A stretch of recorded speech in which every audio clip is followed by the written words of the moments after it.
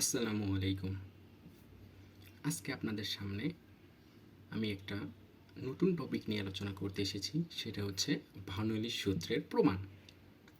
সেক্ষেত্রে আমাদের প্রথমেই বুঝতে হবে বার্নৌলির সূত্রটা কী। আমি যদি সংক্ষিপ্ত আকারে আপনাদের বলতে চাই বার্নৌলির সূত্র। বার্নৌলির সূত্র হচ্ছে যে কোনো ভরের অবিরাম প্রবাহিত তরলের প্রত্যেকটা কণার মোট হেড সমান। এটাই বার্নৌলির সূত্র।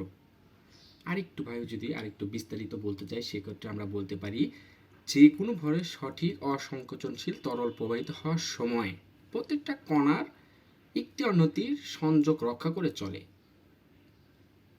প্রবাহিত তরলের প্রত্যেকটি কণার ক্ষেত্রে মোট হেড সমান, সেটাই আমরা বার্নৌলির সূত্র বলে থাকি। সেক্ষেত্রে আমরা বার্নৌলির সূত্র এইচ ইকুয়াল টু লিখতে পারি Z plus P by rho plus V square by 2g। এখানে জেড হচ্ছে datum head, P by rho হচ্ছে প্রেসার গেজ, আর ভি স্কোয়ার বাই 2g হচ্ছে ভেলোসিটি বা কাইনেটিক হেড। এখন আমরা সরাসরি প্রমাণে আসি। সেক্ষেত্রে আমরা যদি সরাসরি প্রমাণ লক্ষ্য করি, সেক্ষেত্রে আমরা এই জায়গায় লক্ষ্য করতে পারি, মনে করি চিত্র অনুযায়ী সঠিক অসংকোচনশীল তরল প্রবাহিত একটি ক্রমশ সরু পাইপের ভিতর দিয়ে প্রবাহিত হচ্ছে। এটা একটা, আমি যদি চিত্রটা যদি ভালোভাবে না দেখা যায়, আমি একটা ছোট্ট একটা চিত্র ড্রয়িং করেছি, সেক্ষেত্রে দেখতে পারেন এটা একটা ক্রমশ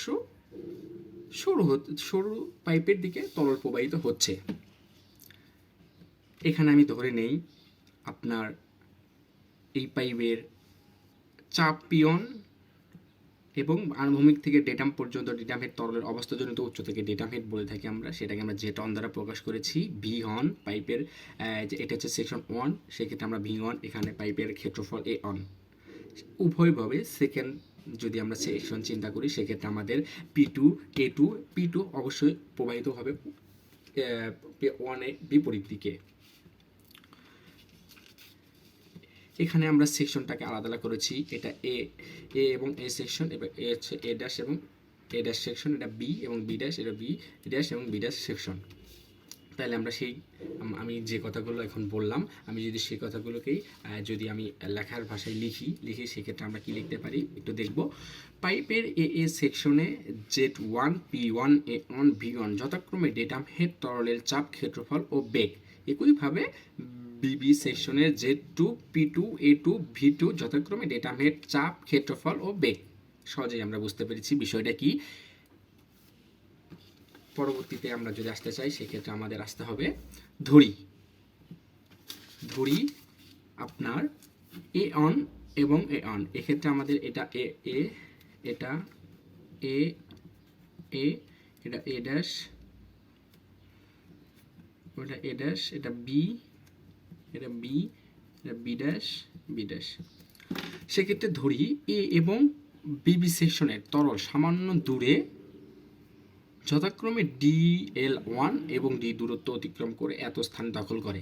এখানে আমি বোঝাতে চাচ্ছি যে তরল যে প্রবাহিত হচ্ছে, আমরা মনে করি যে এ এবং A1 সেকশন হতে সামান্য পরিমাণ তরল ডি এবং D1 দূরত্বে এ ড্যাশ এবং এ ড্যাশ সেকশনটি দখল করে। একইভাবে বিবি সেকশন থেকে সে সামান্য পরিমাণ তরল ডি এবং DL2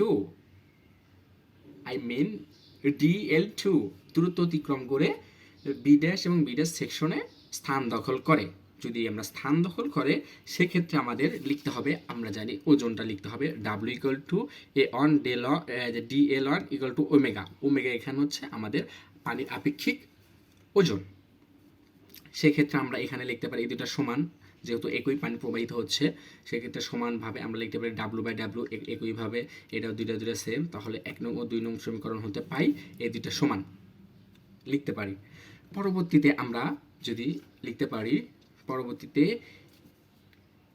এ এবং এ সেকশন হতে যখন এ ড্যাশ এবং এ ড্যাশ সেকশনে তরলটা প্রবাহিত হয়, তখন একটা চাপ উৎপন্ন হয়। এই চাপ দ্বারা কৃত কাজ সমান সমান চাপ, যেহেতু চাপের কথা বলছি, সেক্ষেত্রে আমাদের P1 আসবে। একইভাবে P1 A1 DL1। একইভাবে বি অন বিবি সেকশন হতে বি ড্যাশ এবং বি ড্যাশ সেকশনের তরল যে প্রবাহিত হচ্ছে সেটা একটা কৃতকাজ উৎপন্ন হয়েছে, কৃতকাজটা সমান। সেক্ষেত্রে আমরা লিখতে পারি সেমভাবে যে পি টু এ ডেল যে ডি এল টু, এখানে পি টু পি অন এর বিপরীত, তাই মাইনাস চিহ্ন ব্যবহৃত হয়েছে। এক্ষেত্রে চাপ দ্বারা আমরা যে চাপ উৎপন্ন হলো এতক্ষণে আমরা যে চাপের কথা বললাম, সেই চাপ দ্বারা মোট কৃতকাজ আমরা লিখতে পারি, মোট কৃতকাজ লিখতে পারি P one A on D L one minus, এখানে মোট কৃতকাজ আমরা জানি যে প্লাস হয়, কিন্তু এক্ষেত্রে যদি প্লাসও দেই সেক্ষেত্রে পি টু আমরা জানি এটা মাইনাস মান, সেক্ষেত্রে আমরা এখানে মাইনাস ব্যবহার করেছি পি টু এ টু যে ডি এল টু, সেক্ষেত্রে এরকম লিখতে পারি। এইখানে আপনার এ ওয়ান ডি এল ওয়ান এর মান আমরা জানি, এই যে আমাদের মান হচ্ছে এই যে 1 নম্বর সমীকরণে, এই জন্য আমরা 1 নম্বর সমীকরণে জানি আমরা যে A on D L one equal to হচ্ছে ডাব্লু বাই ওমেগা, সেক্ষেত্রে আমরা পি ইন্টু এই মানটা বসিয়ে দিয়েছি, সেমভাবে এই মানটাও বসাচ্ছি 2 নং সমীকরণ হতে। সো আমরা এটা বুঝতে পেরেছি। সেক্ষেত্রে আমরা এখানে আমরা কমন নেব হচ্ছে ডাব্লু বাই ওমেগা, কমন নিলাম, কমন নিলে থাকবে হচ্ছে P one minus P two, এটা একটা সমীকরণ দিতে পারি।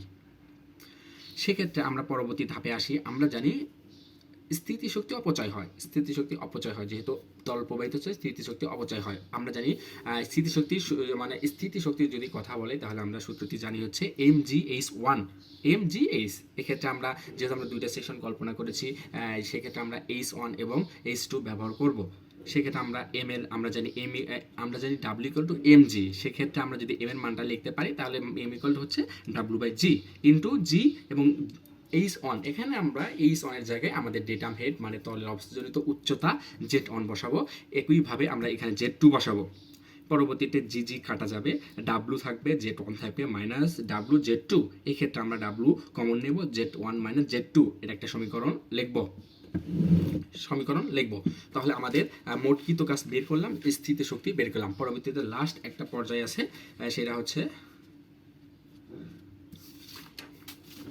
এক্ষেত্রে আমরা জানি কৃতকাজ কিন্তু স্থিতিশক্তি অপচয় প্লাস অর্জিত গতিশক্তি, এই সূত্রটা আমরা জানি, বাট এখানে আমাদের কৃতকাজ বের করা রয়েছে, স্থিতিশক্তি বের করা রয়েছে, অর্জিত গতিশক্তিটা বের করা হয়নি। সেক্ষেত্রে আমি নোট আকারে এখানে লিখেছি, কিংবা আপনারা স্থিতিশক্তির অপচয়ের পরেই লিখতে পারেন অর্জিত গতিশক্তি ইকুয়াল টু হচ্ছে, অর্জিত গতিশক্তি বলা হচ্ছে যে চাপটা প্রবাহিত হচ্ছে, আপনার তরল প্রবাহিত হয়ে যাচ্ছে একটা গতিতে, নির্দিষ্ট গতিতে, এর জন্যই স্থিতিশক্তিতে গতিশক্তিতে রূপান্তরিত হয়েছে। সেক্ষেত্রে আমরা জানি এম হাফ ইন্টু এম যে এম ভি স্কোয়ার, সেক্ষেত্রে আমরা M two V square minus half into M one V square, সেক্ষেত্রে আমরা হাফ এম এর মানটা বসাবো W by G V square, এখানে কাটাকাটি করে, এখানে কাটাকাটি না, যেহেতু আপনার ডাব্লু কমন নেব, ডাব্লু কমন নেই, এটা লিখবো, শেষ। আমরা জানি এখন কৃতকাজ ইন্টু স্থিতিশক্তি অপচয় মাইনাস অর্জিত গতিশক্তি, এখানে মানটা বসায় দেবো। আমরা জানি এই যে ডাব্লু বাই ওমেগা ইন্টু যে P one minus P two, এটা হচ্ছে কৃতকাজ, মোট কৃতকাজের শক্তি বের করেছি, এটা বসাই দিব। তার পরবর্তীতে প্রত্যেকটাকে আমরা ডাব্লু দ্বারা ভাগ করব, উভয় পক্ষকে ডাব্লু দ্বারা ভাগ করব, ডাব্লু দ্বারা ভাগ করলে আমাদের ডাব্লু ভ্যানিশ হয়ে যাবে প্রত্যেকটা ক্ষেত্রেই। সেক্ষেত্রে আমরা পাবো হচ্ছে P one by omega minus P two by omega plus Z one minus Z two equal to V two whole square minus two G minus two V square by two G, শেষ। সেক্ষেত্রে আমরা এখন একটু সাজাবো, যেগুলা on আছে মানে section on ধরেছি আমরা, সেগুলোকে এক পাশে রাখবো। এক পাশে রাখলে কেমন হবে, Z one plus V one whole square minus by two G plus P one by omega equal to Z two plus V two square by two G plus P two by omega, শেষ। আমাদের proofed এখানেই লিখলে আমি যেভাবে বলেছি আর আমার যেগুলো তথ্য ইনফরমেশন দিয়েছি সেগুলো যদি আপনি সম্পূর্ণভাবে লিখতে পারেন, আশা করি এখান থেকে আপনার 6 মার্ক আশা করা যায়। সবাই ভালো থাকবেন, আর নতুন নতুন ভিডিও আসবে সামনে, নতুন নতুন টপিক নিয়ে কী কী বিষয়ে আপনারা জানতে চান বা কোন বিষয়ে একটু কমেন্ট করে বলবেন, সেক্ষেত্রে আমি ওই বিষয়টার গুরুত্ব বেশি দেবো ইনশাল্লাহ।